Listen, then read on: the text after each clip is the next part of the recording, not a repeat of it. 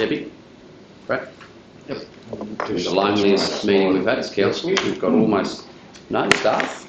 Well, there you go. I'll just give you a quick whack, Chris. Yeah, thank you. Yeah, Damien's daughter's ill. Right, if we can please be upstanding for the prayer. You ask Brett to lead us in the prayer this morning. You need no warning, you're always ready.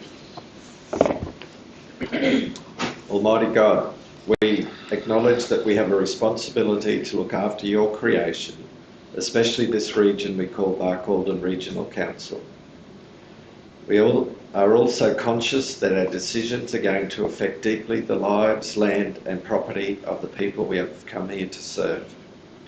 Remind us to exercise respect for each of our fellow councillors, staff and for the people of our region. Help us in this meeting to act wisely, justly and intelligently in all our deliberations. Thank you, Lord, for the privilege of both leading and serving, and assist us to do these well. Amen. Amen. Amen. Councillors, with condolences this month for Mrs. Delma Cliff of Barcaldine, Mrs. Kathleen Simpson of Barcaldine and Mrs. Helga Marta Emmy Wilhelm of Aramac. Are you aware of any that may not have come through? Through you, Mrs. Mayor, Mrs. Tills, Alpha, Daphne, is it? Yes. Mrs. Tills, Daphne Tills, Alpha.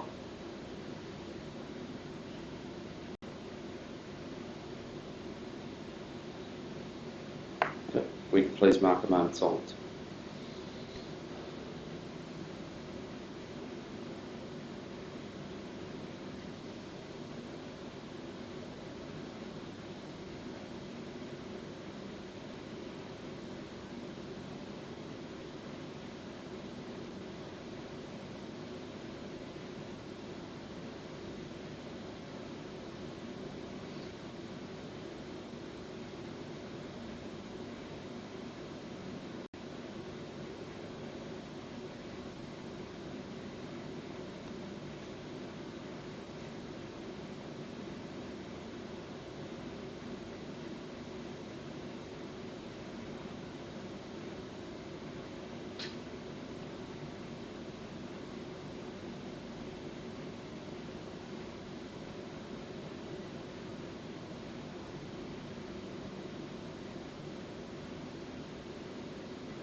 Thank you.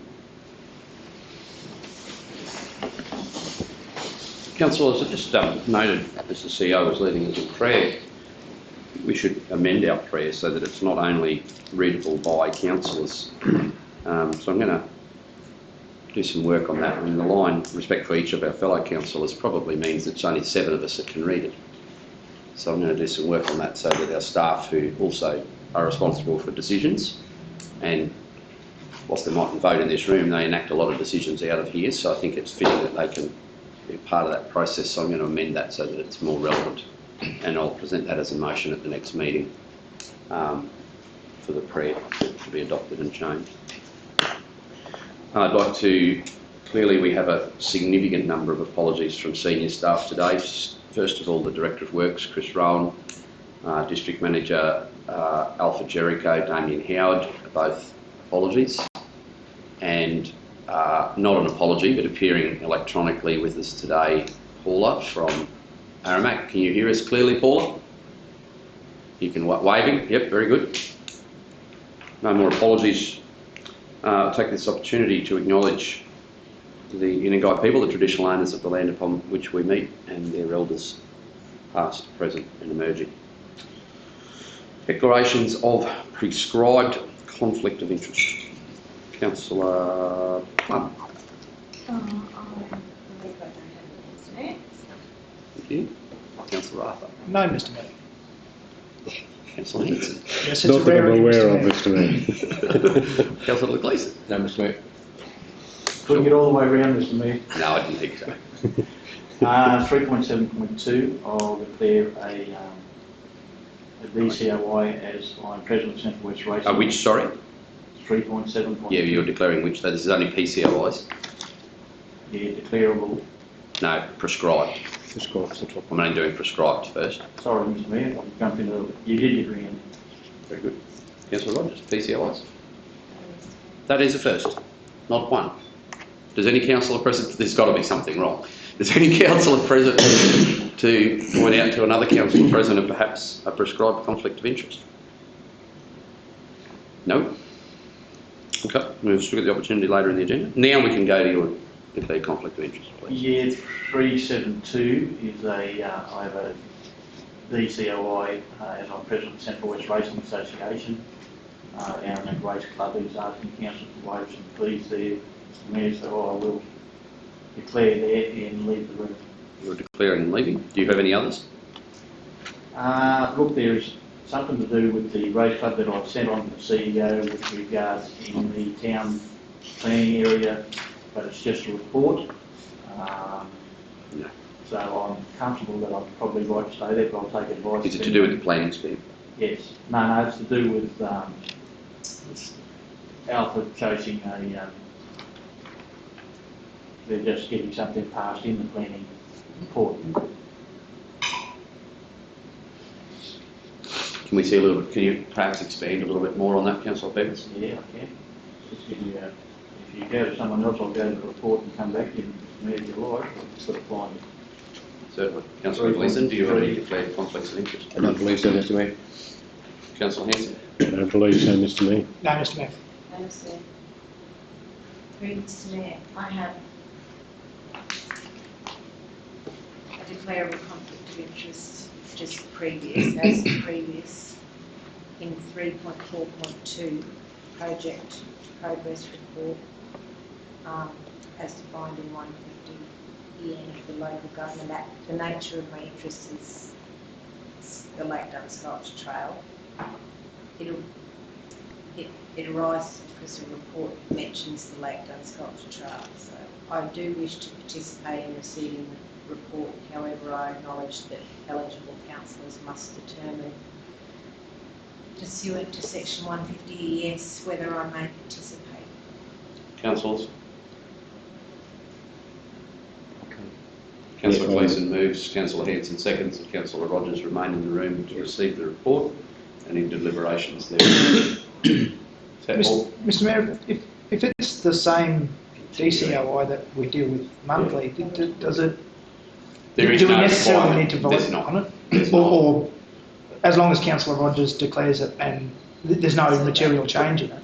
I'm happy to take the resolution Yeah. as it stands, and I congratulate both you two for A, being diligent and B, pointing out procedure. It's not required to continually declare.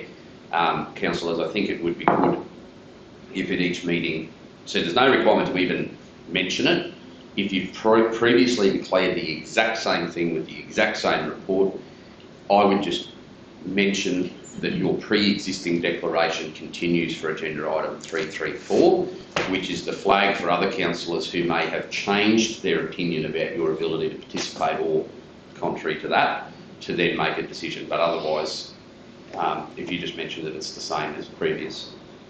Is that your only one? No, I also... Sorry, well, can I put that resolution to the vote? Those in favour? Carried, 6-0.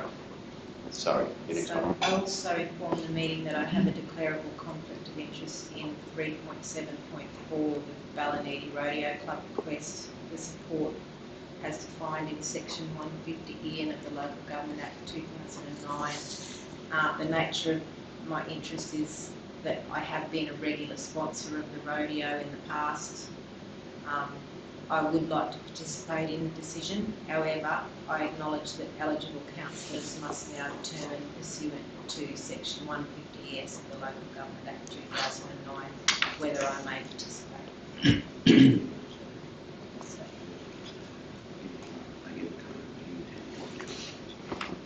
Yeah, I probably will sponsor it again. So Councillors?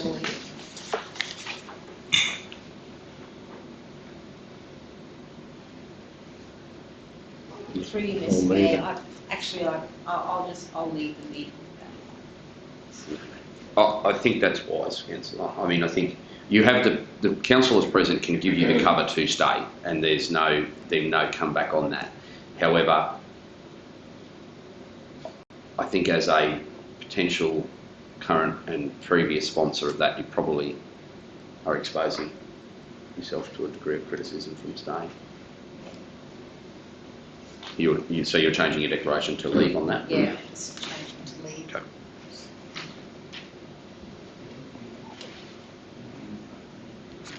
Councillor Rogers, Peoples, I see the report that you're referring to.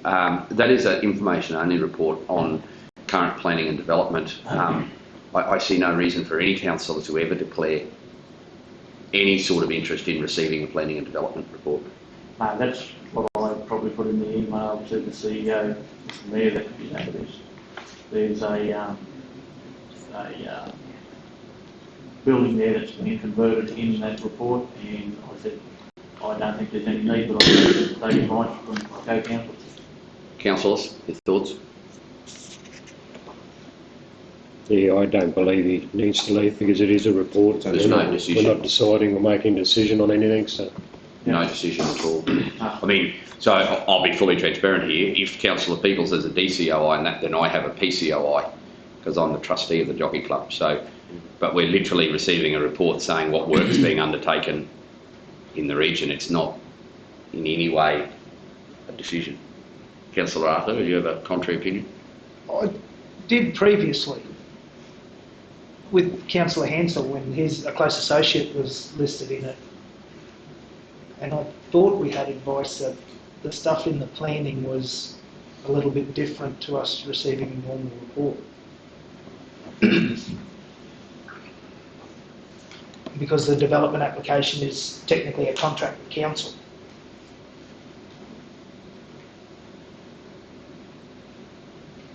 Council's not making a decision, Yeah, any decision on that application. The decision's been made. yeah. All we're doing is presenting the information to you. So there's I have no way that waived you're someone on that influencing. position for the planning reports, but yeah. Yeah. If it was part of this report, it would be different. There's discussion in the actual real planning report, whereas that's Yeah, I would agree. transaction. If there's reference to, and I think that was perhaps was the case, I'm not sure, but in the applications that have details around assessments further to this table, but I don't think existence of an item in this table, Yeah, no, that's right. that would be my assessment. If any councillor wishes to have now's the time to speak.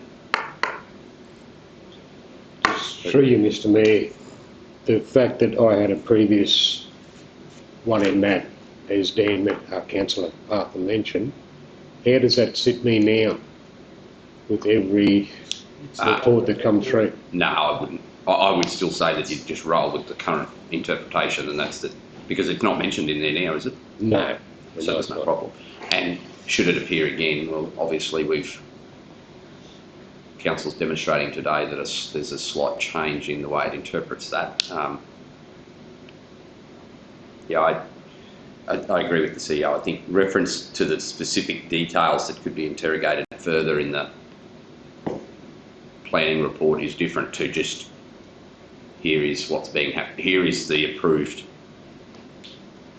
Yep. All right. But further to that, Mr. Mayor, once this is presented, if there was discussion started to happen, Yeah.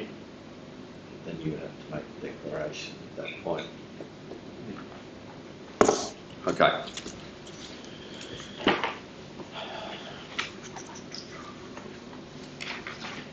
Can I have somebody please move that the minutes of the general meeting held on the 15th of March be received? Councillor Gleeson, seconded. Councillor Plum, those in favour? Carried. Are there any alterations, errors or omissions that need to be amended? Sorry, that was 7-0. Can I have somebody then move that those minutes of 15 March be confirmed? Councillor Plum, seconded. Councillor Gleeson, those in favour? 7-0.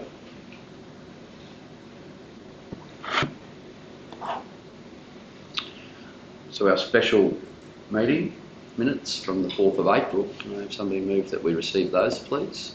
Councillor Rogers, seconded Councillor Hanson.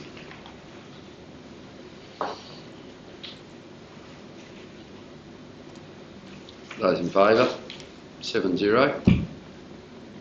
Errors, omissions or alterations that need amending? Being none, can I have a move at Councillor Peoples, seconded Councillor Gleeson. Those in favour? 7-0. Any officers, starting to dwindle in the number of officers we have, any officers or councillors have petitions? No, Mr. Mayor. Being none, move to my information report. It is brief, councillors.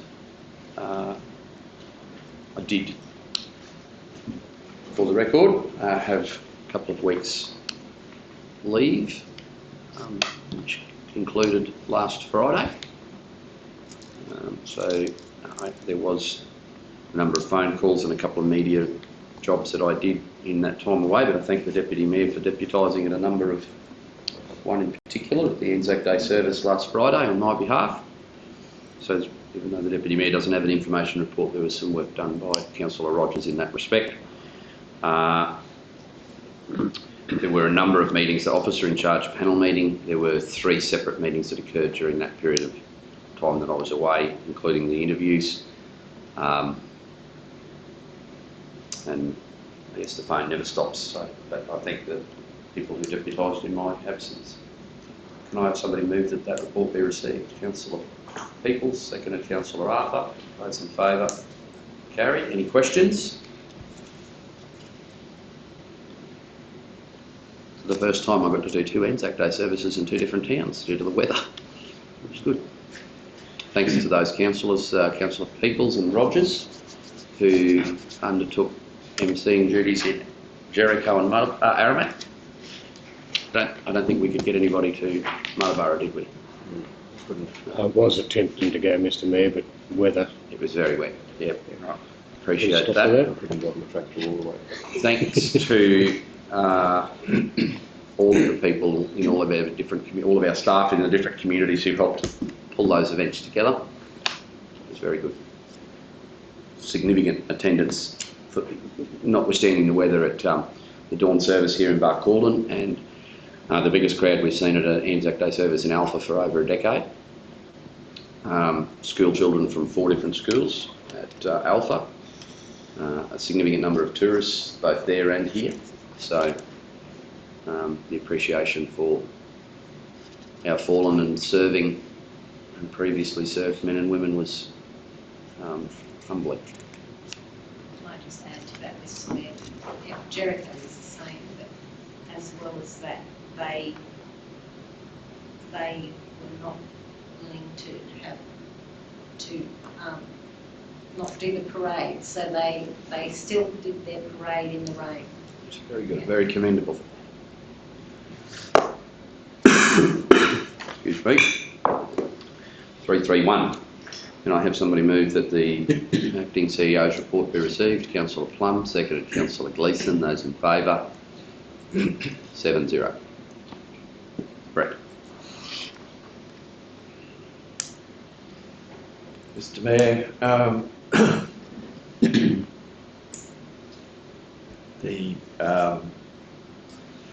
we've held the induction forums with the staff, so we had forums in Barcaldine, Alpha and Aramat where all the staff came together. We did the safety, the annual safety induction, cultural heritage and environmental induction, as well as I went through the proposed new structure with staff, just a very high level outline. From that I've had some feedback, so that structure review will continue based on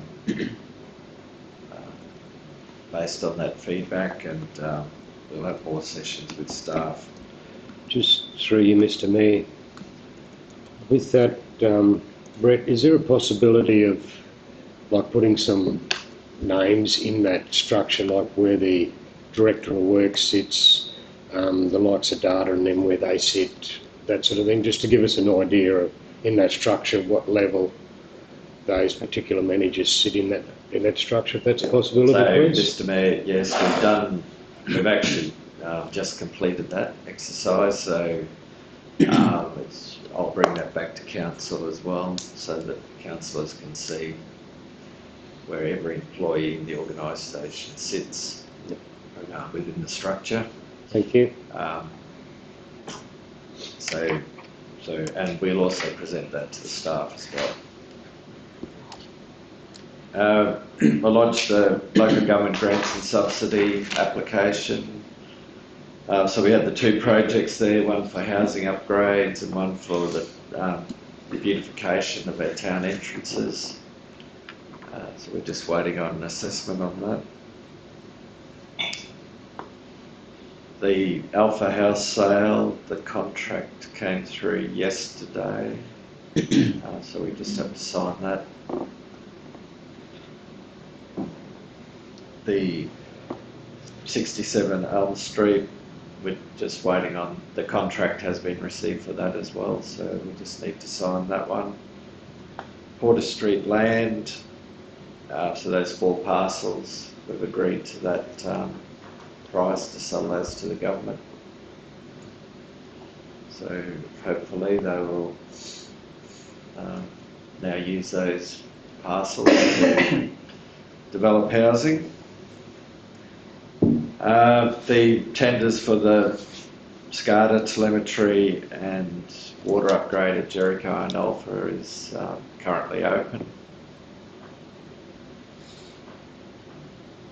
I've lodged the application for the additional water allocation for Barcaldine. So just waiting on an outcome of that. So we have received a notice that was properly made.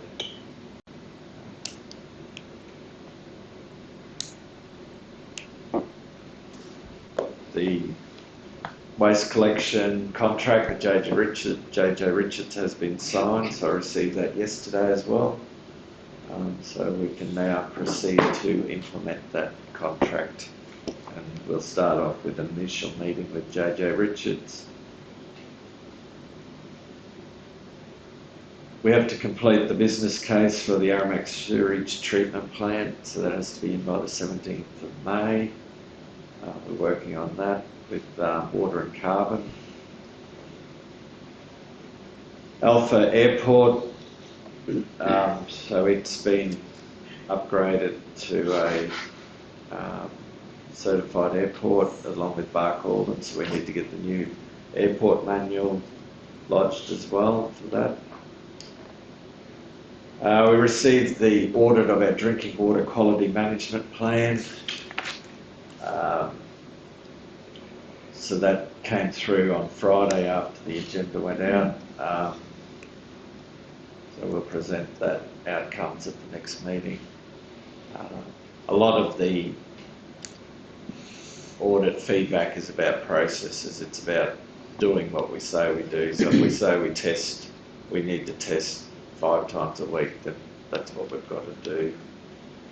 So it's about matching the plan to our actual actions.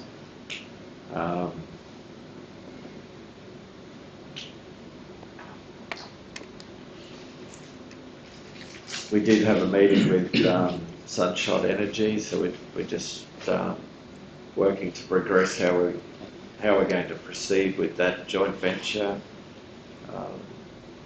I imagine, Mr. Mayor, that will be the next meeting. We'll have a resolution for council.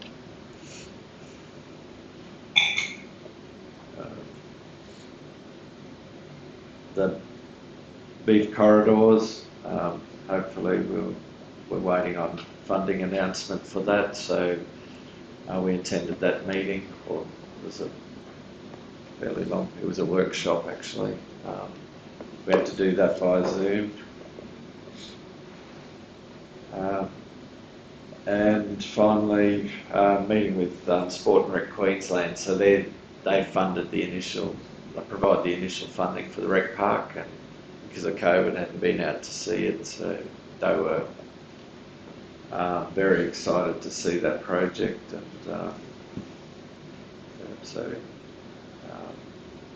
regarded as one of their success stories.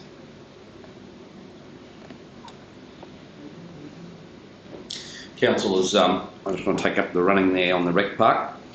Whilst I was on leave, I received an email from a media outlet requiring answers to a number of issues, about 11 in total, surrounding the process by which the rec park was approved, the flooding, the flood mitigation, the lack of attention, the lack of, really hope you didn't find anything on the web, Siri. The lack of attention to detail by council, so there was around both the initial approval, the lack of public consultation with people affected by flooding. It was just going through all of the issues that we have had to deal with regarding the rec park and its associated issues. I contacted the media outlet back. Answering that is going to take some very substantial period of time. There will be a story aired on that over the next few months. I'm doing an interview once I can pull all the material together, but there will be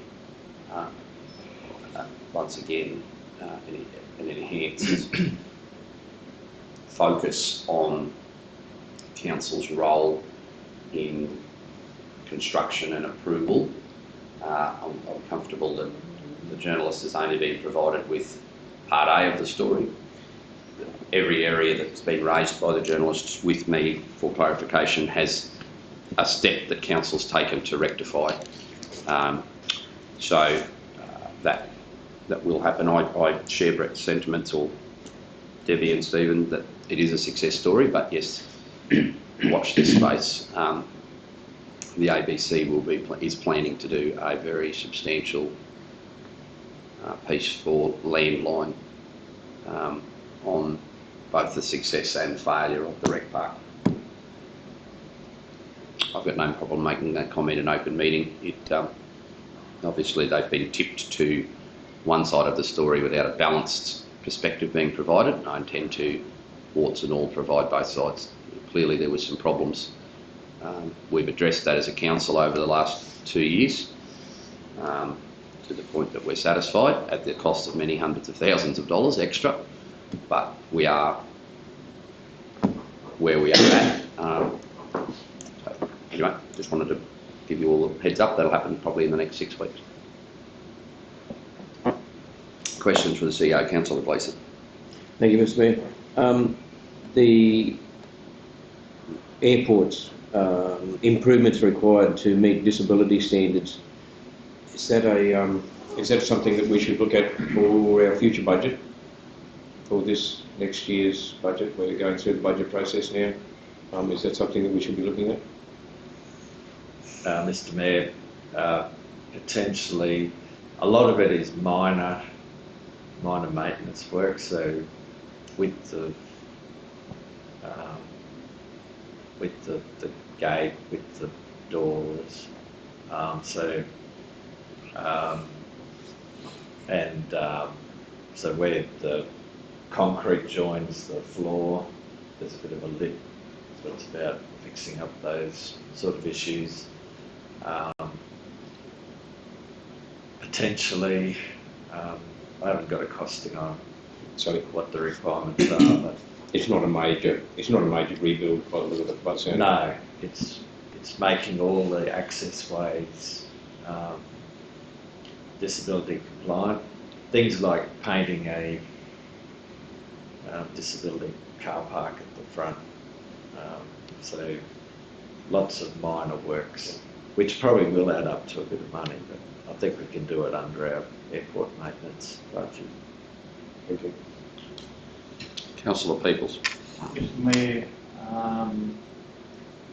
Brett, just with the application for additional water allocation for Park Auckland, we asked to have a look at all the allocations for all our towns. That's still ongoing? Yes, so this allocation, I think Councillor Arthur raised this at the time, is specifically for industry, agriculture and renewals. It's not for town water supply. Yep. So we've had to apply as a basis of basically the BRES or for additional industry for the town. We can apply at any time to increase the water allocation for any of our communities for town purposes. We were going to do that, but we discussed it previously because those allocations haven't changed probably since long before amalgamation, I think. The issue we have, and we did apply for Barcaldine at one stage, but the immediate response was how are you, what mitigations or what processes are you putting in place to save water? So they wouldn't even look at the application until we told them how we're going to save water in the community before they'd increase their allocation.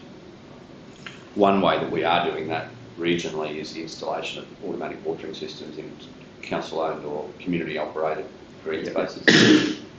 That's right. So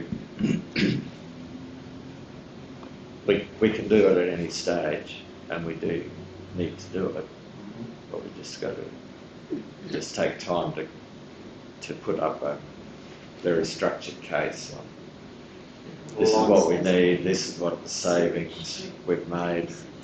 Oh, sorry, through you, Mr Mayor, once the sewage improvement has That's been right. done, that will be something we can put towards that case. And designated water and time, something that should be, you know, there's better that we have put in place. I think we're certainly agree that we need to future-proof by increasing the allocation whilst that opportunity exists, Councillor. I think one thing that's helping not make it a priority is the fact that we're not exceeding at the moment to the point where the Department of Water is concerned about our town usage. Okay. However, I think the old analogy to have it earlier than you need it rather than waiting until we're 300 or 400 megalitres over our allocation and then retrospectively it's certainly better to build the case in advance, have the water and not use it or not need it, than be using more than you have and have a department breathing down your neck. So I think, yeah, probably a project that we can... Mr Mayor, at the rapid meeting, not the board meeting, the policy exec meeting on Thursday, this issue came up. So Rapid, I believe, probably go to the next Rapid meeting, is going to do a look at a project, region-wide Rapid project to increase water allocations across the Rapid region. Okay. For all councils, for all communities, to make sure we've got water security. So it's not just our council that has this issue. Yeah, yes. I think there'd be a lot of towns right across the Central West where those allocations were put in place probably 20 plus years ago. I just hope that I'll obviously be a part of that application moving forward, but there is a major political difference between using surface water and groundwater. Some of the communities in the Central West in the Rapid area use groundwater, others use surface water, so I hope that the application's done in such a way. I mean, there's a hyper-sensitivity around using surface water because obviously it was part of the Pippa Creek, Thompson, the basin management plans. They'll have to build a very strong political case to access surface water. Yep. The beneficial area for us in the BRC is we exclusively use groundwater. So I would think that for those communities like ours that use groundwater, there's less sensitivity politically to allocating that. So we'll just keep a very close eye on that. I mean, I understand environmentally there's sensitivity to using both, but there's just a hypersensitivity around surface water in the West. I don't know that there will be any time in the next few weeks, but on the run of averages, no one likes anyone taking any water out of surface storage. Further questions for the CEO? Councillor Hanson. Through you, Mr Mayor, I'm just wondering if we could have an update on where the Aramac Lake was. The which, sorry? The Aramac Lake, an update on where we are with that, with the leasing or the land being misaligned and all that sort of stuff. So, Mr Mayor, Paula and I met with the owners in Aramac, so I went over there. We had a fairly extensive discussion about all the issues. I've also met with the surveyor. So there's a couple of issues in that the land that the amenities block is built on is a reserve. It's not freehold land. Their property is freehold land. So part of the amenities encroaches onto their land, but also one of their huts encroaches onto council's reserve. And we had the discussion, well, can't we just do a swap and change the boundaries? But because it's reserved, the government won't allow that. So we're just working with the surveyor to whether we just amend the boundary around the building.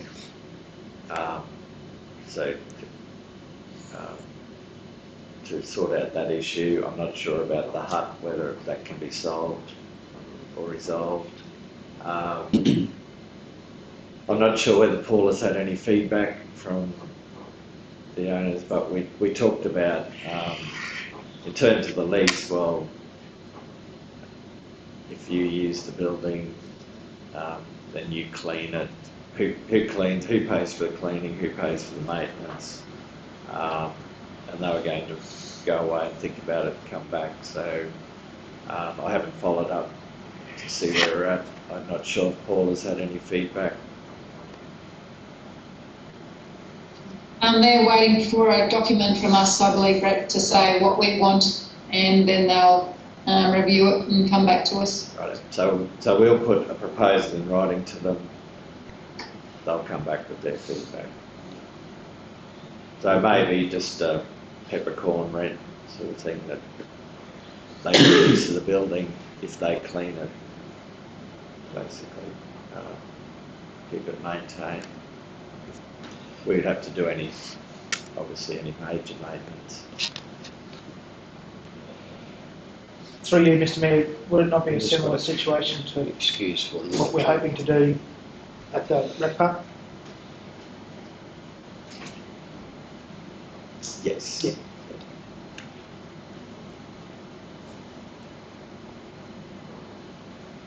Further questions?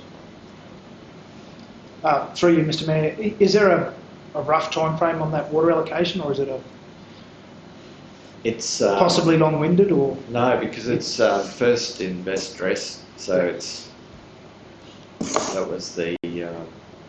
And as far as we know, as soon as the allocation's exhausted, that's it's gone. So, the issue with Barcaldine, even though there's like 4,500 megalitres, there was only 80 allocated for Barcaldine area, which is why we had to urgently get that lodged.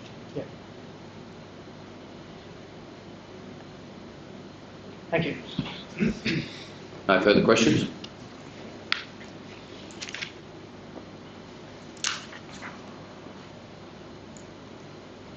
We've got Councillor Hanson left the chambers. 332, Councillor Information Correspondence. Can I have somebody move to receive that, please? Councillor Peoples, seconded Councillor Gleeson. Those in favour? 6-0.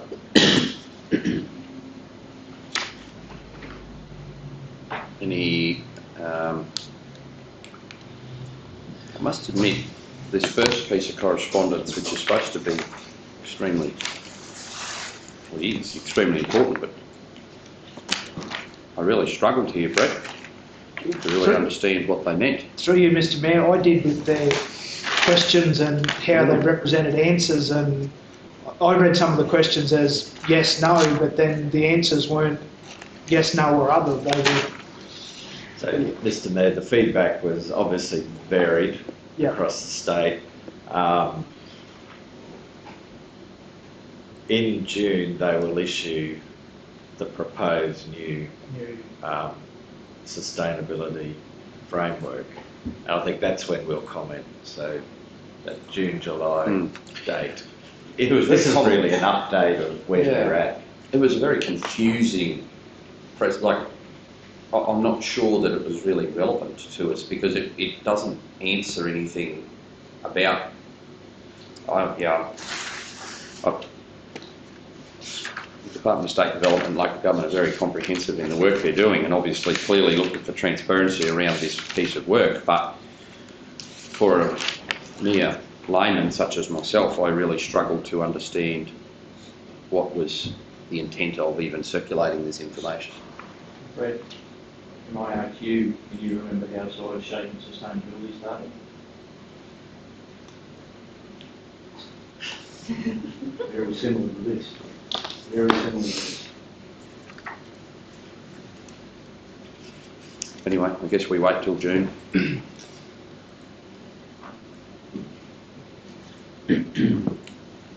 Question. I agree with Mr Mayor. It's just, I think they're just giving us feedback on the process and where they're at.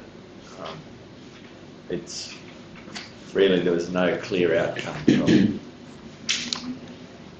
from their consultation because there's so many different opinions. So until we get to the draft proposal, that's when we really need to comment. Letter from the Department of Transport and Main Roads re the launch of the Zero Emission Vehicle Strategy and Action Plan. Letter from Tourism Events Queensland re the Dinosaur Tourism Roadmap. Report card from OQTA. Communique from the Alliance and communique from the Rapid Board meeting, all included. Any questions about anything in that? Mr Mayor, the only, with the zero emissions vehicle strategy, we just have to be, as we're replacing our vehicles, we need to be cognizant of if these strategies are going to start being enforced. We don't want to be left with stranded vehicles. We really want to start ensuring that we've got at least hybrid vehicles. Deputy Mayor's leading the way with that. I just thought a very interesting inclusion was the blast from the past in the Rapid Board communique, which was the June 3 document that outlined the future direction of Rapid. One of the common standout features for me, and that was the request that the Jericho Shire join, the old Jericho Shire join Rapid. Of course, the Jericho Shire had a foot in two camps. It was part of the Central Highlands Development Corporation, which had another name back in those days. And then today, to this very day, it's a challenging position that the Barcaldine Regional Council finds itself in with Rapid and with other neighbouring councils, in that there is a geographical difference between part of our shire and all of the others. I still battle to get recognition for the fact that we're a reef council within the Rapids area. So it's interesting that back in 2003, the Western councils all felt it very important that the Jericho Shire be a part of what at Rapid then was quite a large gathering of councils. Obviously it's the same today, there's just only 7 of us. How many would there have been? 11. So shrunk 11 into 7. But yeah, we still struggle to get recognition for the fact that that part of this council area has crossed over. So it's, yeah, I found that very interesting reading. I'm sure you were at that meeting, Councillor Peoples. Mm-hmm.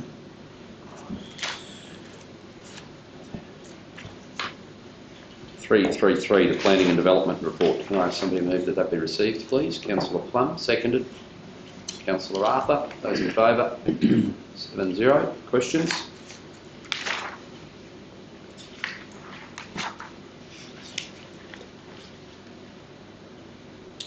There's been a update, councillors, to item 1.2 in the Development Assessment Planning Report. There has been an extension of time granted by the state for the Waratah. That was only advised to us yesterday. So they've been granted until June to submit documents that they had until this week to submit. And there's also been additional requests from the state. Stop talking and grab the correspondence.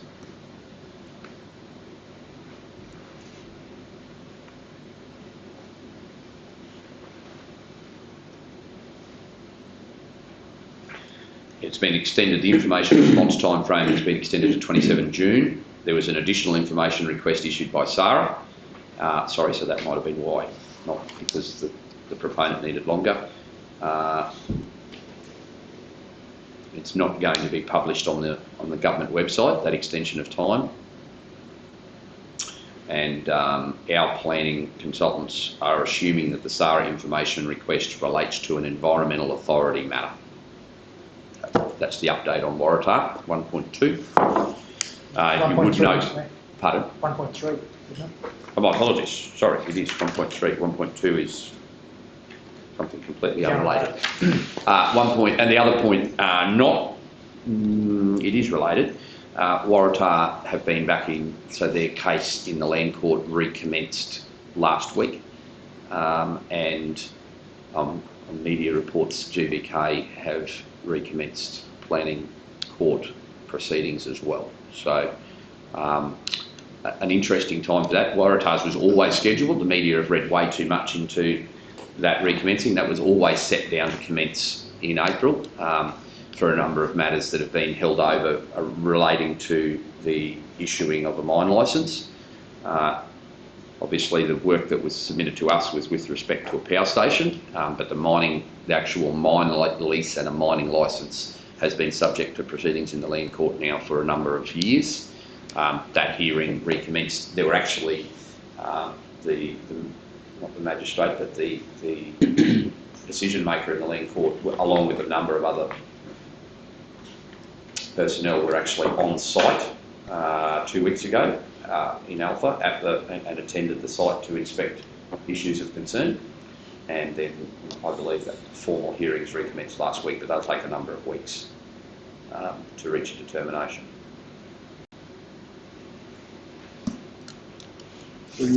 Yes, Councillor. Correct, on page 57, under the planning and development certificates, what are those three items there?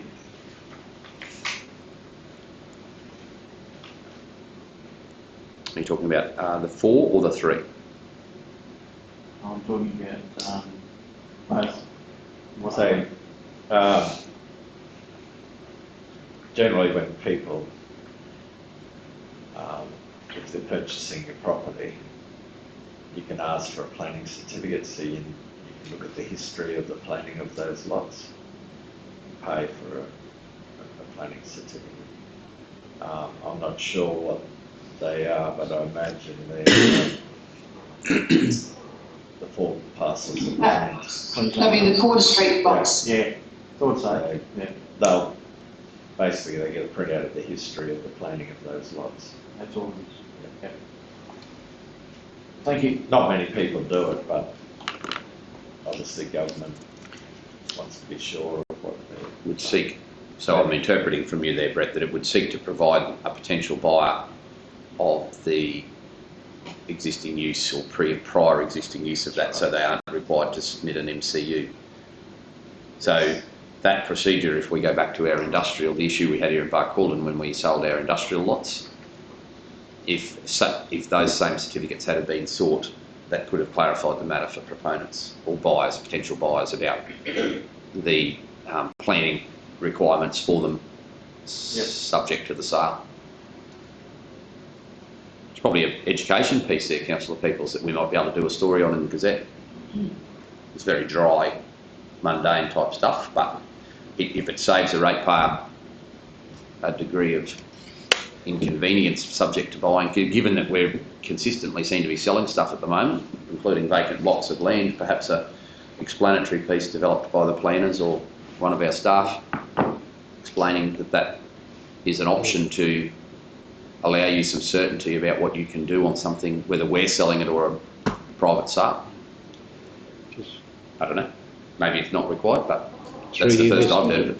Through you, Mr Mayor, just to further on that question, if the land, say in particular, was mixed use and was residential for the last, 30, 40 years, and you wanted to turn it back into a business, do you have to apply for a material change of use in that aspect?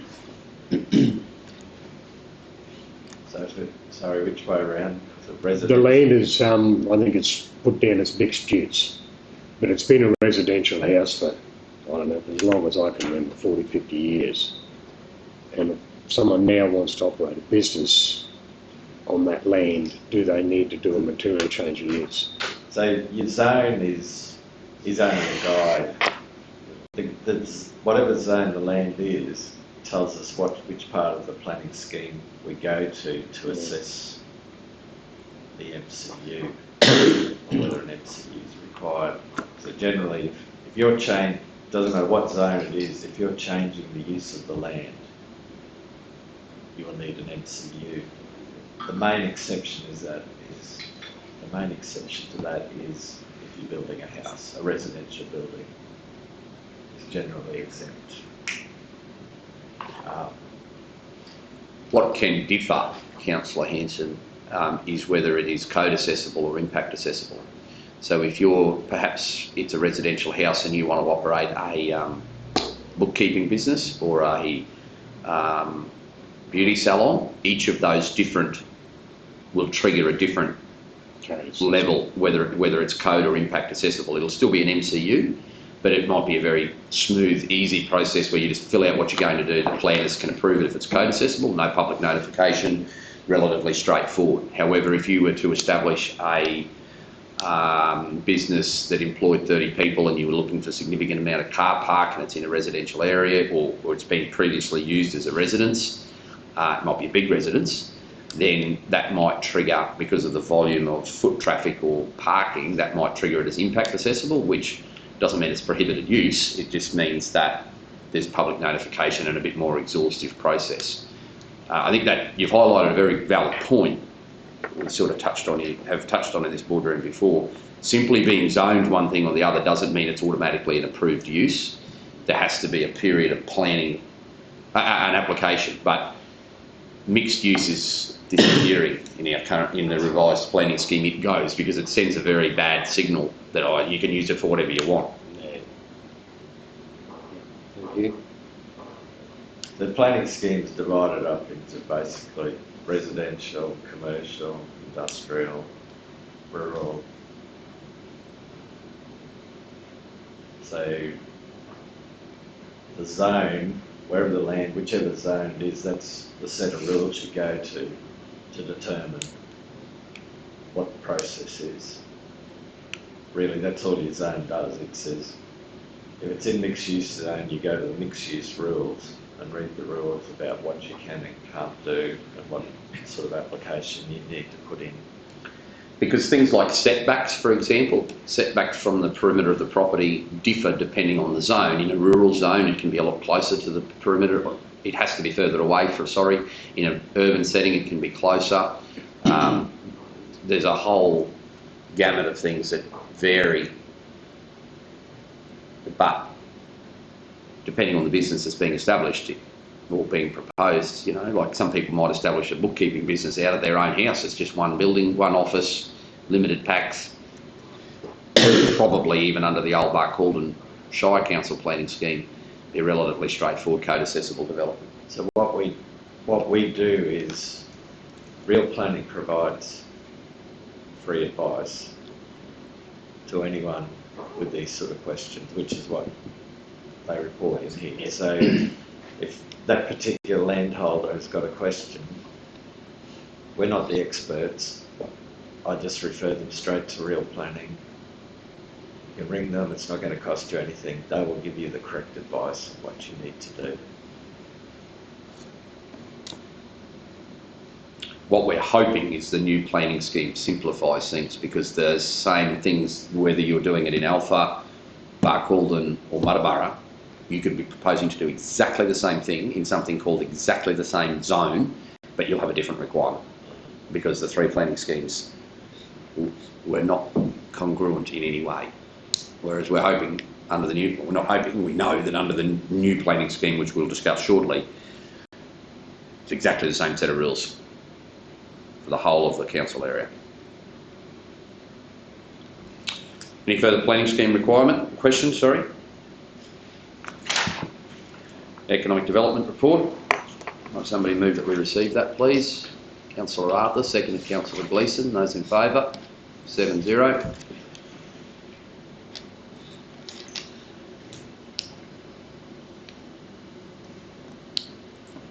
We discussed that visioning session planned for April yesterday as a council, where we can have discussion around future direction of council and the council area.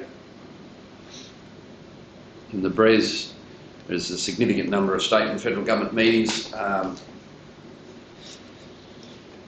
continue to happen to progress that.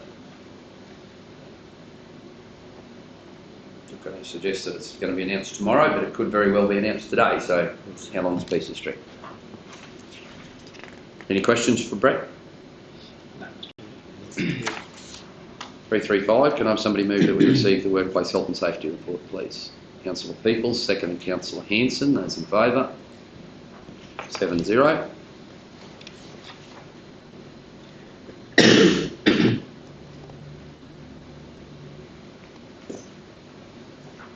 Questions?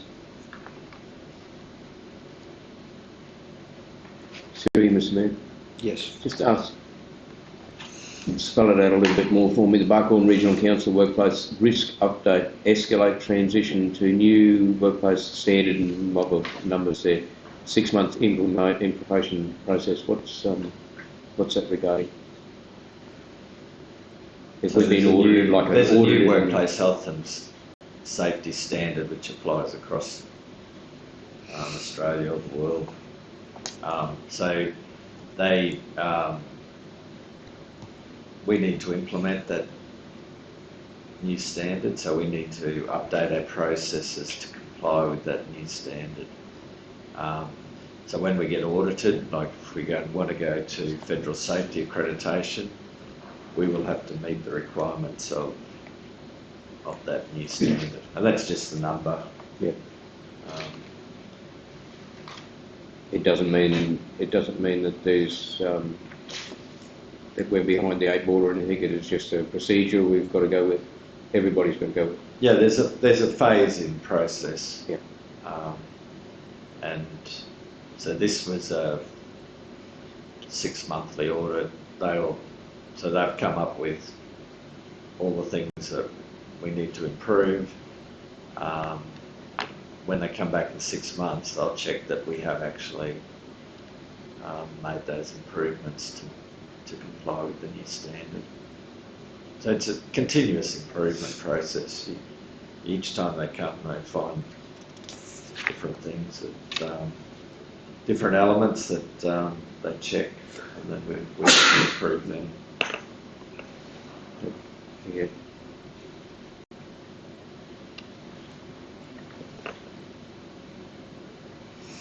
Further questions or information requests?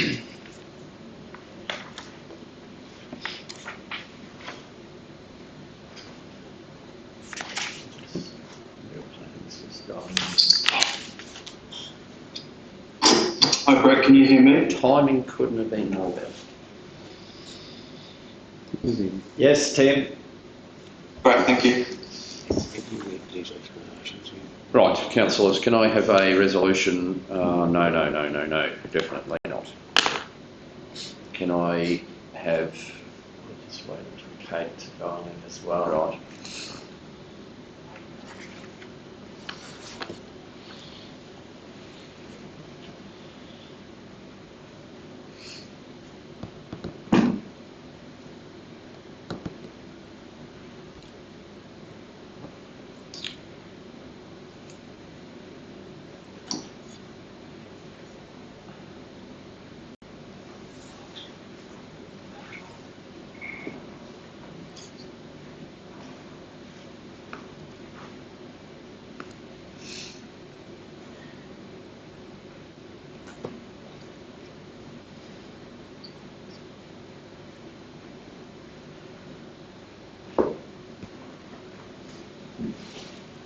Chair, we're just waiting, councillors, for one more office for.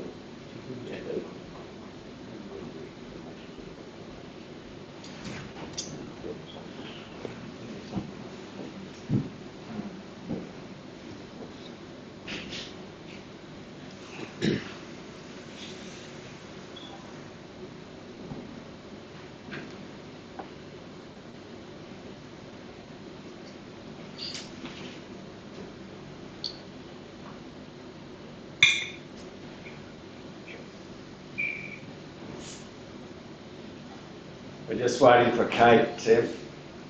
Oh, okay, she's not joined. She hasn't joined yet. Okay. Just, I'll send her a text as well.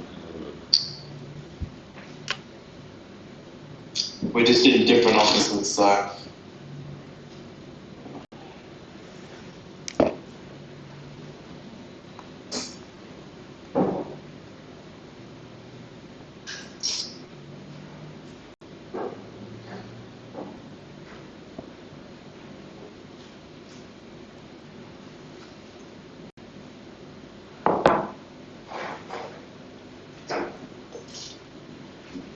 The Kate has, she is managing the planning scheme, and Tim will talk about that alpha development.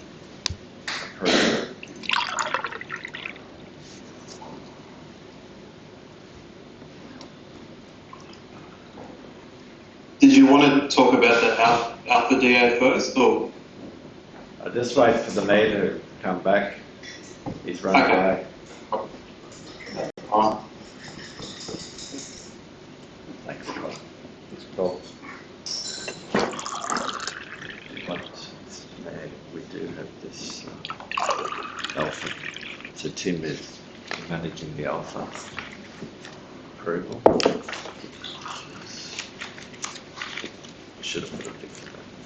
Thanks, Bob.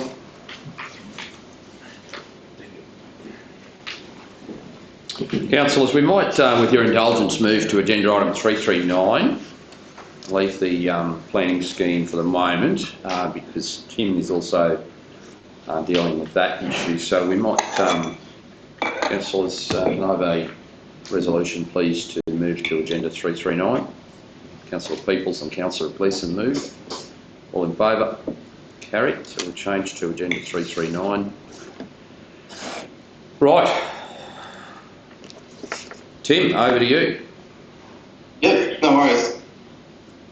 So we've got a development application for a material change use for a commercial premises and visitor accommodation over land at 31 and 41 Shakespeare Street and 40 and 42 Milton Street at Alpha.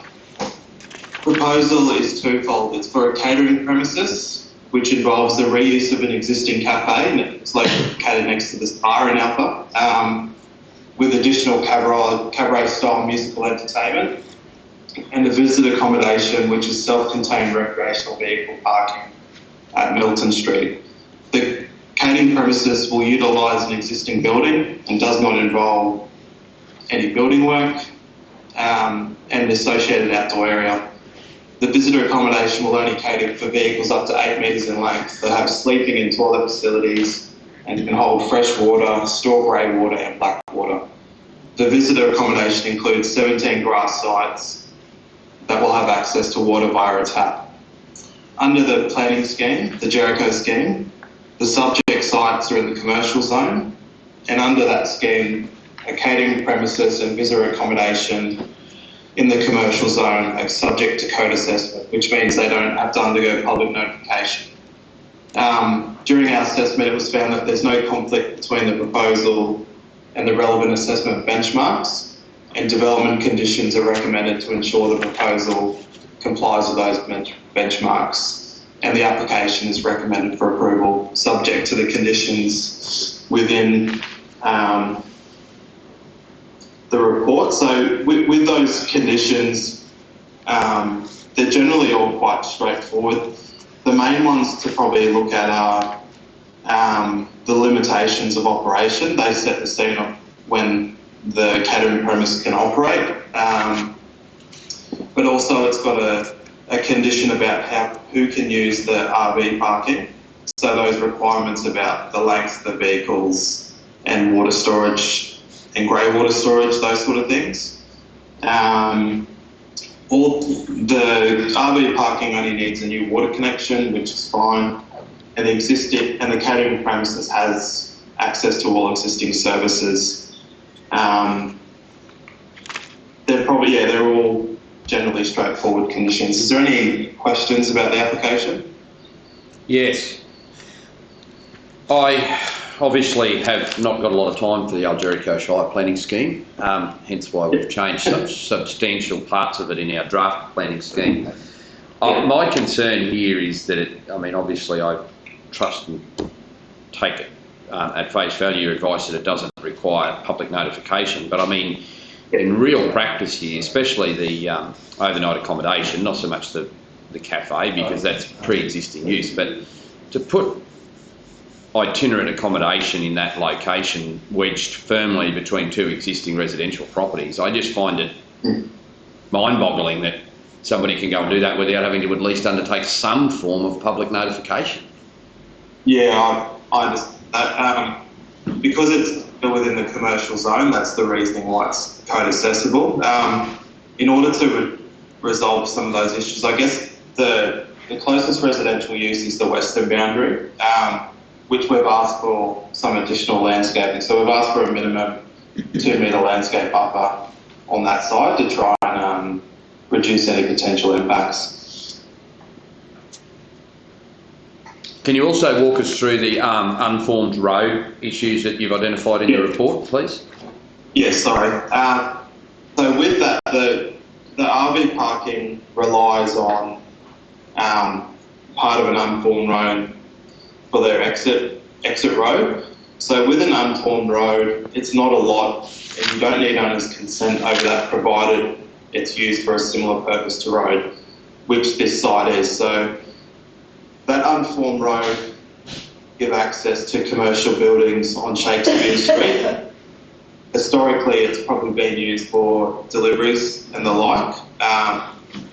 With that, we've made sure that with the unformed road that it's built to a gravel sort of standard, and that it's maintained by the applicant and not council, but also it's to remain open, so if those businesses did need to use that road, they can. So there's no impediment for that ongoing use of that unformed road.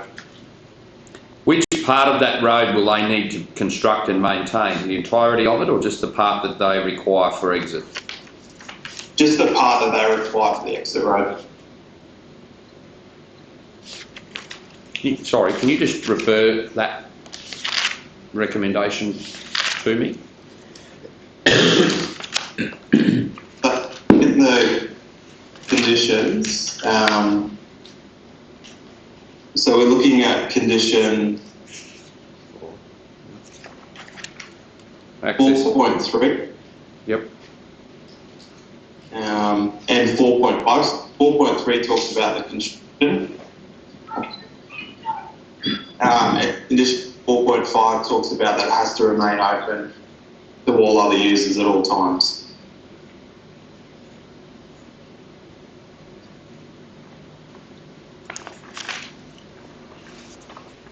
And 4.2, sorry, has got the standard of what type of material they have to use for that road, which is crushed dust or gravel.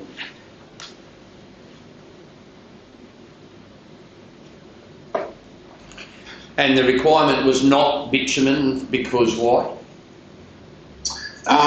Just because of probably the infrequent use, and it's not a council road as such. It still remains an unformed road that's at the responsibility of the applicant. So we thought if we put bitumen, it might be an unreasonable impost for the applicant to maintain that over time. Who owns the road? So it's unallocated state land essentially under council's control. So council could choose to open that road at any stage if they wanted, but we've just said that provided that you maintain it to a minimum standard of crushed dust or gravel, and it remains open for other users, we're satisfied that the applicant can maintain that road instead of council.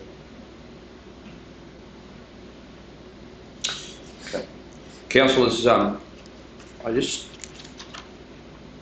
at face value, this all appears a relatively straightforward thing, and we're more than likely actually powerless to stop this without challenge. But I just find it a very significant development in a community the size of Alpha, given its location. This will come as a quite significant surprise and possibly not positive to the community, even though it's a positive development economically, you would suggest.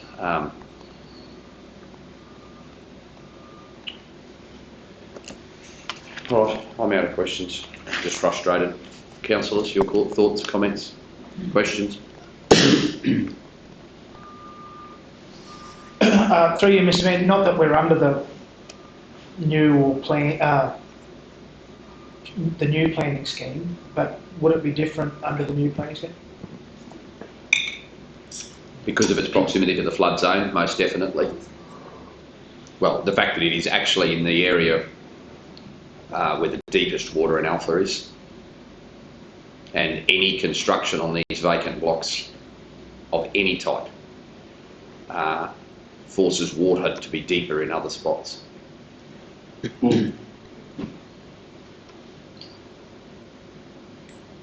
So I'm not sure if the zoning would change under the new scheme. Kate might know that, but yeah, whether the flood overlay will change the level of assessment is probably another thing as well. And we'd at least insist on it being impact accessible, unless the planning scheme's changed.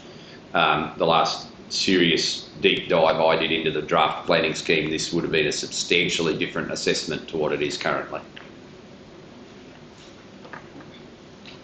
Anyway, unfortunately, that's the developers' good luck. All right. Yeah. I just got to ask you, Mr. Mayor, with our flood policy and that low-lying area, can we approve the buildings? On the information in front of me, Councillor Gleeson, I can't see how we can't. Don't worry, I've been looking very hard at this ever since I saw it in the agenda to find a way, and I can't find a way. Don't get me wrong, I'm not anti-development of any type. I'm just sick of seeing Australia-wide people building and developing things, and then they get flooded out, and then governments of all types are then asked to fix things for them. And Alpha is a classical example of exactly how not to build, where and how not to build a community. There'd be no better example of a community in Western Queensland that was built in the wrong place with no forethought or planning around flood, and it has consistently happened ever since every flood since 1970, whatever. 56, 72, 74, 90, 2008, 2010, 2011, and probably 2022 the way we're going. This is exactly what Mr. Mayor, considering there's higher ground right there, it's not as if, This is an example of exactly what not to do. And the most frustrating thing for me is, because of a very ill-conceived planning scheme in 2006, the seven of us are powerless to stop this. Yet you watch, when that community floods, the expectation on governments of all levels to come in and save the day for something that we approve. And the media and people everywhere slam local government for allowing developments. Tim, I might be wrong, but I can't see any way that we can, we could vote today to not approve it, but we all know that when challenged on this, we'll lose. I think one of the key issues, Mayor, is that because it's a reuse of an existing building, that doesn't actually involve any building works. I'm not worried about that one, Tim, sorry. And with the cafe doesn't worry me. With the RV accommodation, there's actually no building work associated with that as well. It's just grass sites. So it'd be almost impossible to say that we couldn't support it. I know it says it's only grass sites, but there's landscaping planned and actually required in the conditions. Once you start and develop those roadways, water needs it needs 1 millimetre of geographical change to change the direction of the flow of water. I see that every day. I inspected a number of sites in Barcaldine yesterday where 150 mil of rain has caused substantial erosion purely on the basis of the development that occurred there. I see it every day I drive on a road, and I cannot accept that even developing it as a grassed site will not alter what is the existing situation around flooding or the impact that those two lots have on surrounding lots in the event of a flood. I cannot see that that won't happen, but because of this rubbish planning scheme that we're dealing with, we haven't got any choice. Yeah, it's very difficult to go the other way. Thanks, Tim. Councillor Gleeson. Mr Mayor, through your knowledge, there is still persons living, there's still a couple of private houses around that RV site? Yeah, both houses to the east and west are currently occupied, yes. Through you, Mr Mayor, can we actually request that they do put it out to the public to see how they feel about this application or not? I'll flick that question to Tim, but my answer on the way through is not, to the best of my knowledge of the way the planning scheme works, no. Tim? No, so there's no statutory requirement that we can make them do public notification. We could only ask them that they do talk to their neighbours and advise them of the project, but there's no obligation for them to do so, unfortunately. Councillor Peoples? I'm going to move the recommendation, but if you want to give a go, Mr Mayor, for further. I'm just sharing abject frustration. I mean, anyone who's seen what's occurred in Lismore, in Brisbane, in Gympie, in any local government area in SEQ or North East New South Wales would have seen the media lining up to slam local governments for allowing developments on a floodplain. We are doing this now, but not by choice. Because I could tell you, if I had any power to force a reconsideration of this as a councillor, as one of the 7 of us, I would be jumping up and down insisting on it. There is miles of vacant land available elsewhere in Alpha to construct this RV park. Obviously, that's the land available to the proponent. I accept that. But I just, Councillor Peoples has moved. Just given the context of what we've seen over the last 4 months, this is just an absolutely abject frustration of mine that we have to do this today. Councillor Plum, are you secondary? Oh, I can do that as well, but I was just Seconds. that is the main concern the land where the RV is going to be parked. It's the impact that land and construction of crossovers, my frustration, and I must admit, councillors, this is my personal frustration, but I've got a fair bit of experience with flooding. Any construction, alteration, constructing a gravel road or a crusher dust road even, will definitely change the flow of water to what we historically know will happen through those 2 vacant blocks. That's my personal concern. But there's no provisions in the planning scheme to trigger construction of those conditionalised parameters to negate the impact it'll have on flooding. Just go and do what you like. Who cares what the impact is on your neighbours? There's 2 residential dwellings to the east and the west that will be, my personal opinion, will be substantially affected by this development in the event of flooding. And that's without considering noise, visual amenity. Like, I could keep going through every single thing that should be forced upon an impact assessment of this if the planning scheme had been developed with sufficient rigour, but it hasn't been. And so, you know, the hours of operation alone should be conditional. Have they been conditionalised, Tim, or are we powerless to do that as well? Slightly. What's that, sorry, man? The limited hours of operation here, yeah, okay, sorry, they are listed.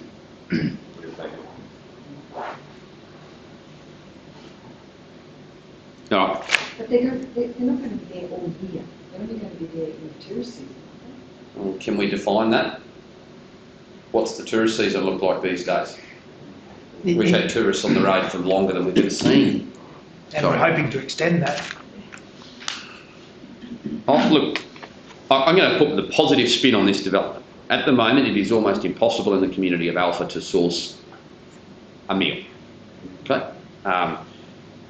This is a really positive step in terms of reinvigorating some economic development in the community of Alpha, and it's a local that's developing it. So and a long-term residential local. So I couldn't be more impressed that someone's got the foresight to invest significant funds in that element of this proposal. And the proximity of the park obviously feeds well, or the RV park feeds well into the proponent's Shakespeare Street element to the development. Yeah. I'm positive about any economic development, but I'm also extremely negative about any development in terms of flood impact. Like, it's real. This happens to this community on average every 10 years. They get a substantial flood. And they shouldn't be developing things that can have an adverse impact in those areas when there's an alternative elsewhere that can be located. And the new planning scheme will say exactly that. It was developed by people who actually think about these things instead of just waving them through to the keeper. Anyway, I call the vote. Those in favour? 7-0. Watch people line up to slam me for procrastinating, but also watch the howls of objection from the neighbours too.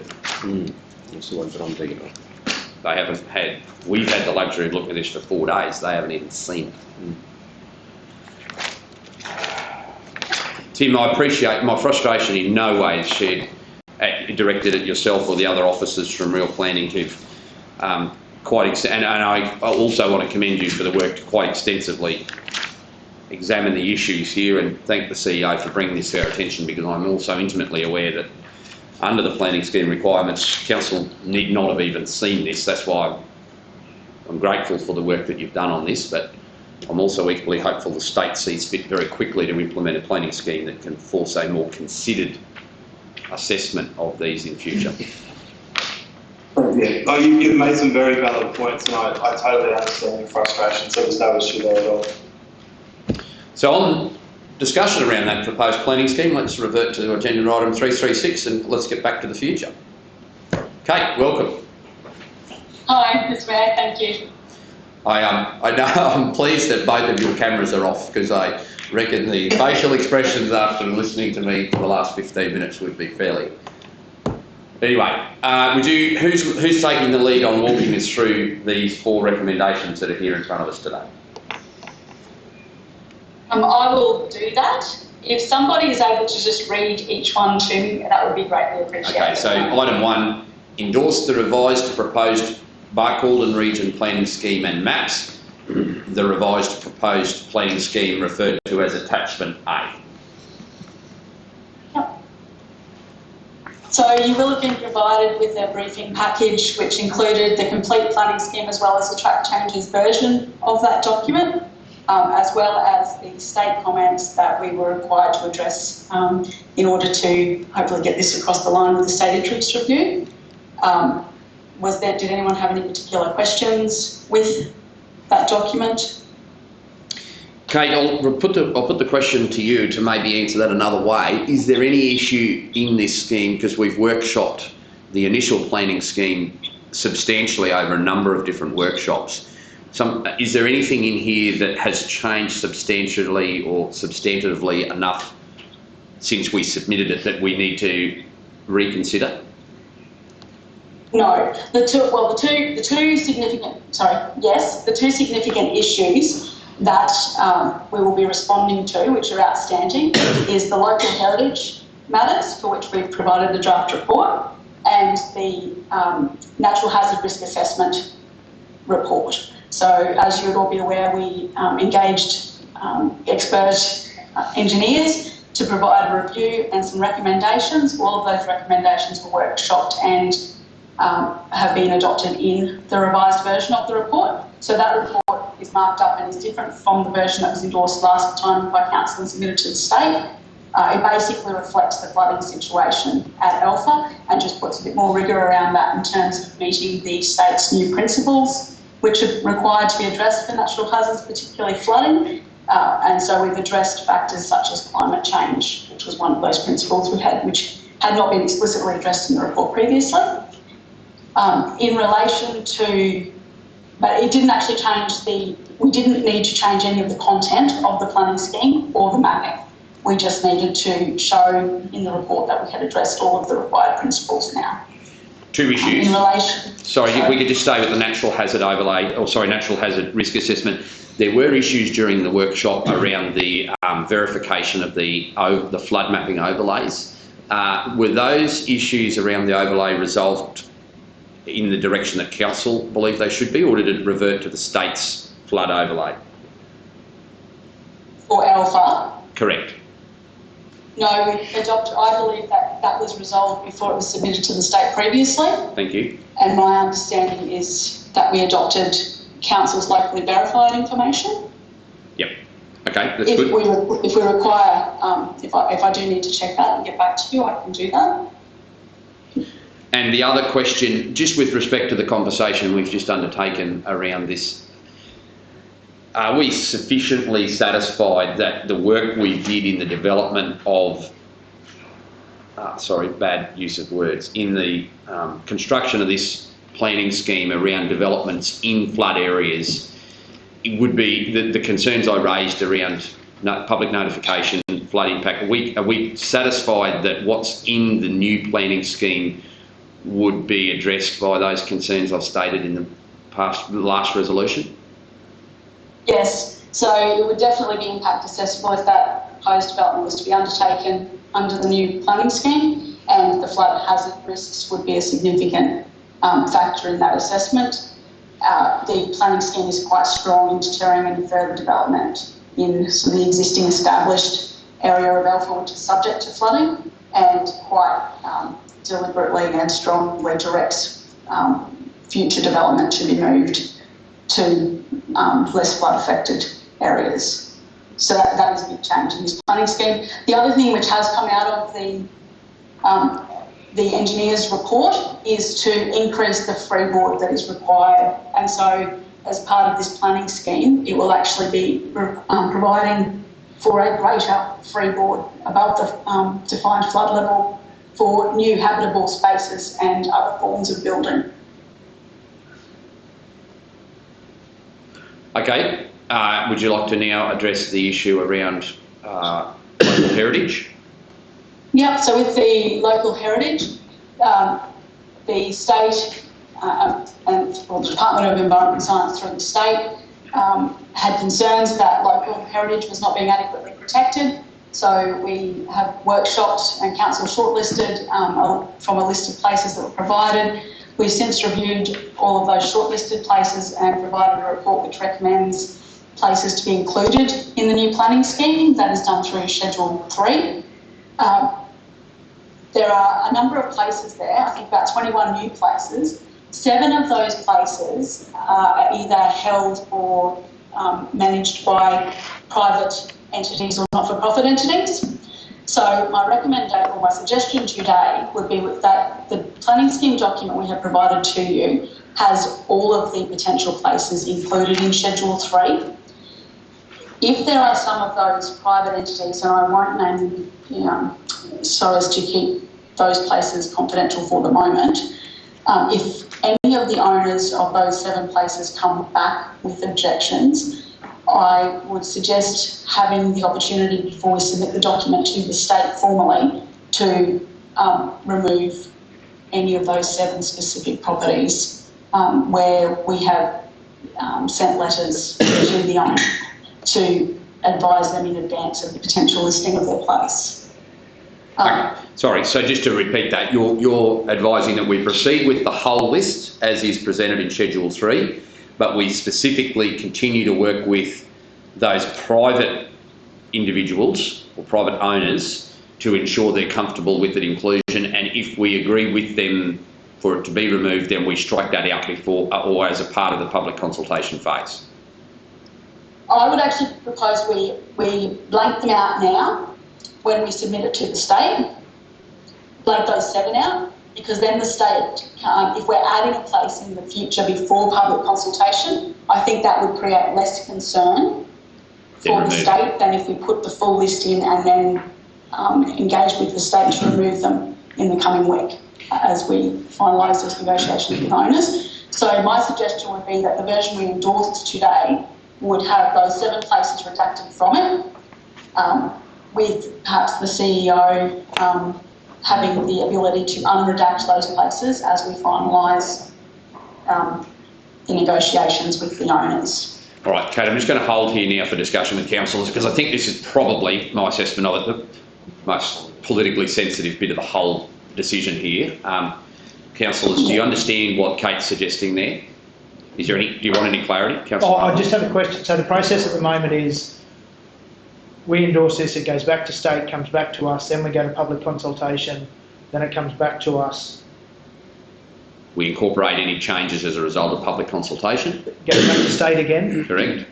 For final endorsement. Yes. Right, okay. And it's So it's still a process and there's still possibility or room for change? Yes. Yes. correct. Although, Yes, there is. yes, The Kate. risk that we, sorry. No, you're right. Yep. Sorry, go. Okay. It will complicate the process going forward if any future change is considered by the state to make a significant difference to the document.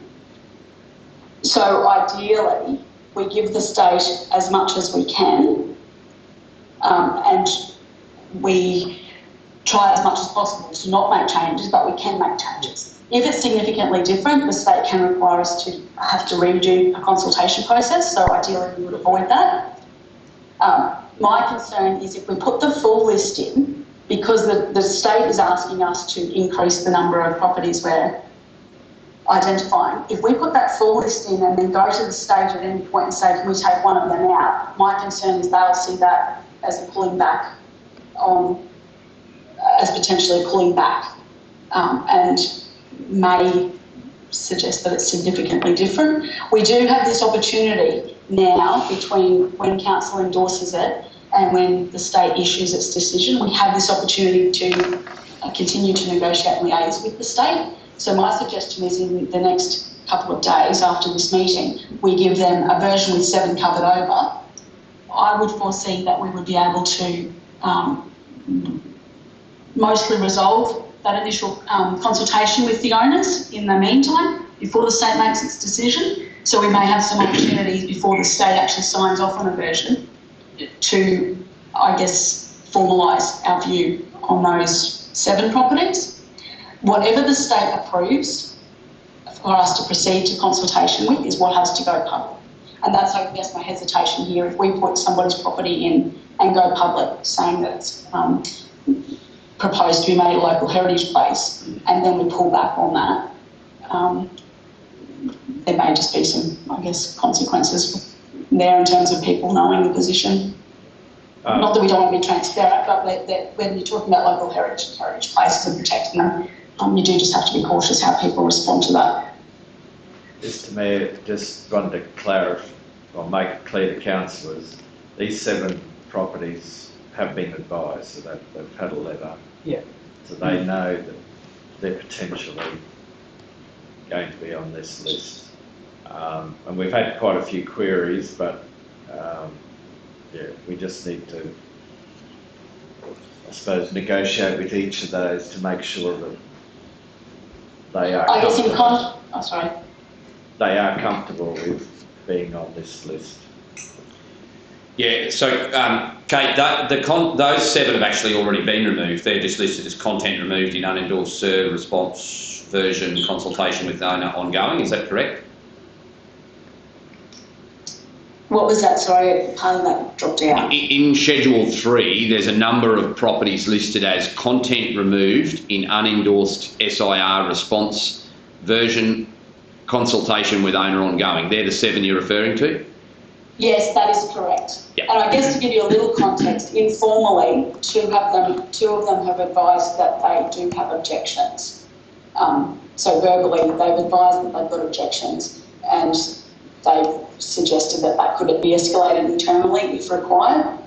So I guess there's 2 in particular which I'm hesitant to include in there at this point in time until we've been able to form a position, I guess, with council as to whether those properties come in or out. Yeah, I totally agree with your assessment in respect to earlier there where you stated not in open meeting. I think we need to afford those landowners the courtesy of privacy until such point as obviously council's made a determination, in which case that will then become a public knowledge. But I think at this stage it's best that we keep that confidential. out of respect to those individuals. Mainly to respect the integrity of the process. We don't want to antagonise somebody who's obviously already a bit disconcerted about being listed within this schedule. Yes, I think it's probably, I don't foresee it as high risk, but there is always a risk if you put it out there before it's actually given full effect that those properties can be, I guess, demolished, destroyed or moved or modified if that information is out there prematurely. Okay, are we comfortable with that then? We understand that what we're presenting will be all of our natural hazards that are in Schedule 3 in the planning scheme, except for those that we're still working through negotiations with private landowners or where we haven't still received a response. Local heritage places, you said disaster. Sorry, I'm fixated on flooding at the moment. Sorry. Yes. Yes. Local heritage. We're happy with that? Yes. Right.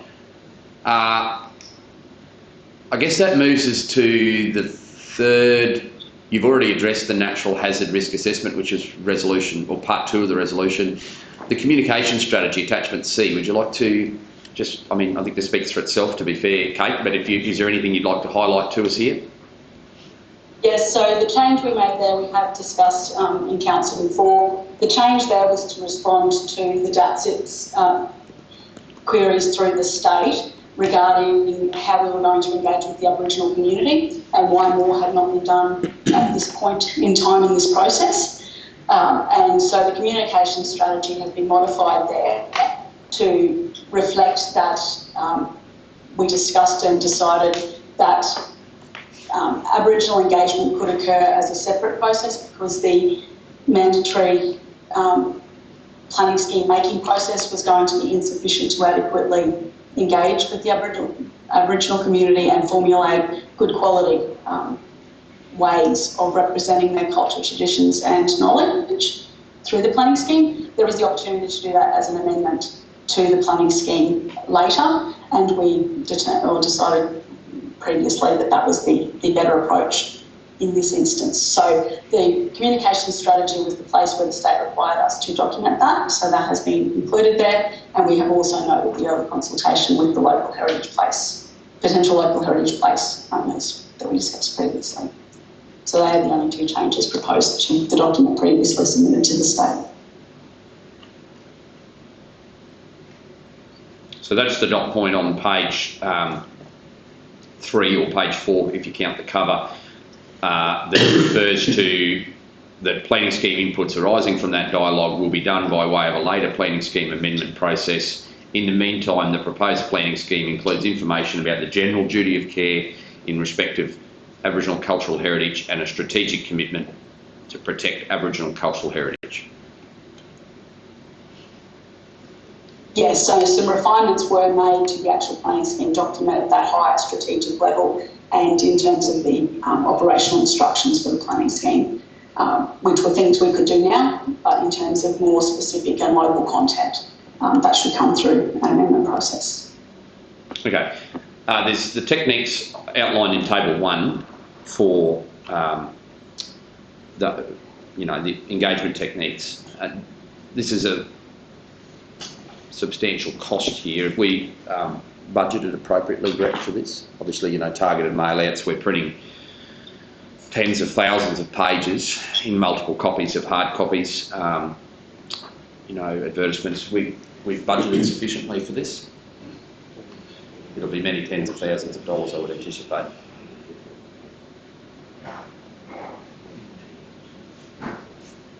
Not specifically, Mr. Mayor, but in each year's budget we've allowed a substantial amount for planning scheme costs, development costs. I'll need to check that we have continued that into the next year as well. And just familiarise me, Kate, when are we expecting that this will commence? You get to choose after the state has given you formal approval to proceed to public consultation. You can choose your commencement timing at any point after they've given that approval. I would anticipate that we should receive well, I would anticipate if we were seeking approval, I would hope that it was before the end of this financial year, but whether council actually commences its public consultation activities, council can choose whether that's this financial year or whether it holds that into next financial year.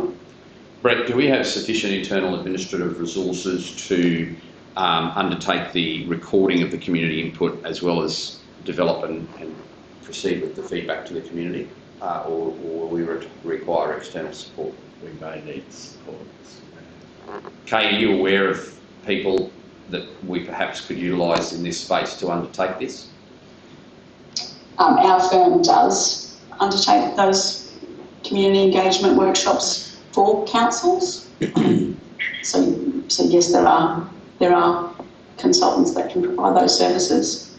Councillors, so we'll have to make a decision about that at a later stage, but I mean, there'd be no firm around with a more intimate knowledge of what's in the planning scheme to be able to undertake that, so I'd be suggesting we look in that. I think in terms of the budget for this, given the proximity we are, I think we need to discuss that as a separate item to this resolution. I mean, we need all of this to occur, but we need to be eyes wide open. The costs of this is going to be quite substantial. However, in terms of the overall benefit to the community, it's better to spend the money now and get it right than subject ourselves to criticism that we haven't undertaken this engagement or followed our engagement communication strategy correctly, because we run the risk of the state requiring us to do it again, which then comes at double the costs. So I think we need to strategise how we do this and follow this very simple, like it's not simplistic, but it's a straightforward engagement process. We just need to make sure that we do it well. And item 4 of the resolution.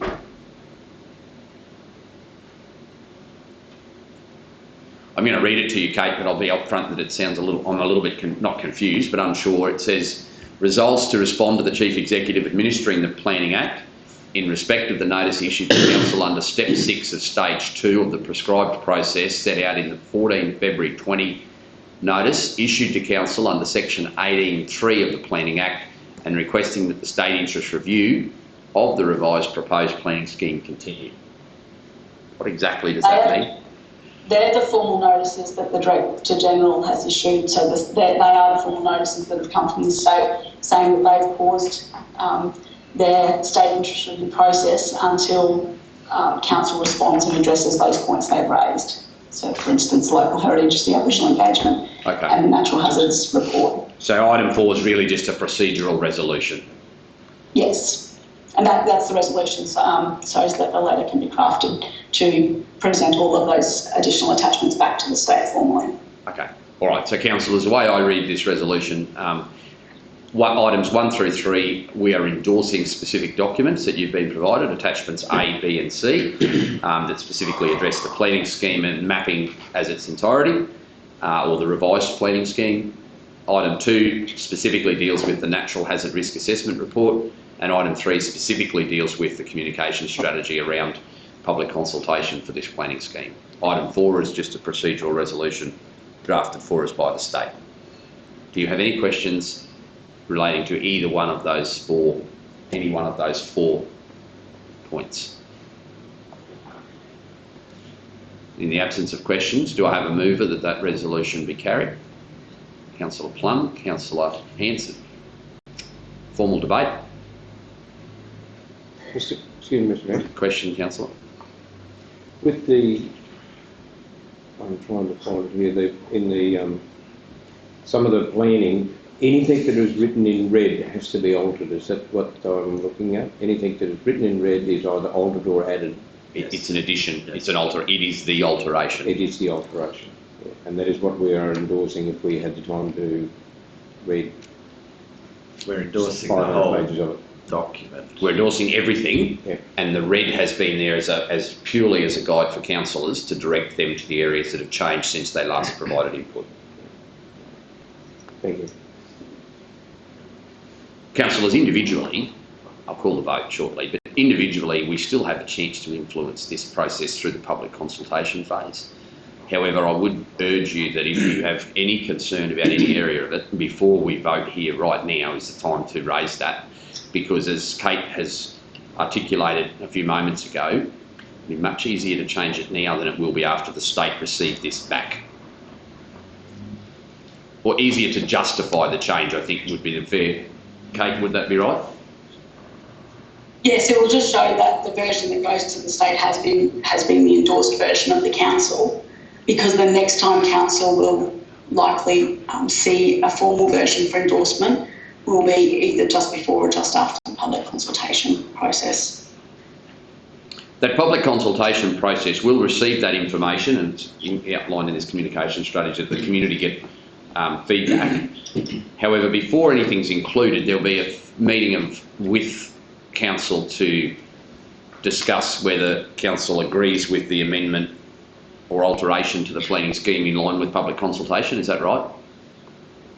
Yes, council is required to consider each submission which is received and determine the action it's going to take in response to each submission. Which can be... So I assume there'll be a future meeting where we do a submissions report to you and propose changes or no changes to the planning scheme, at which point you would review it and endorse it again before it goes back to the state for approval to adopt. Council's required to consider it, but not necessarily take action about a submission, like it could elect to do nothing. Is that correct? That's correct. So council considers the planning merits of the submission that's made and chooses whether it wishes to act on that submission or not. Okay. Any further questions or comments?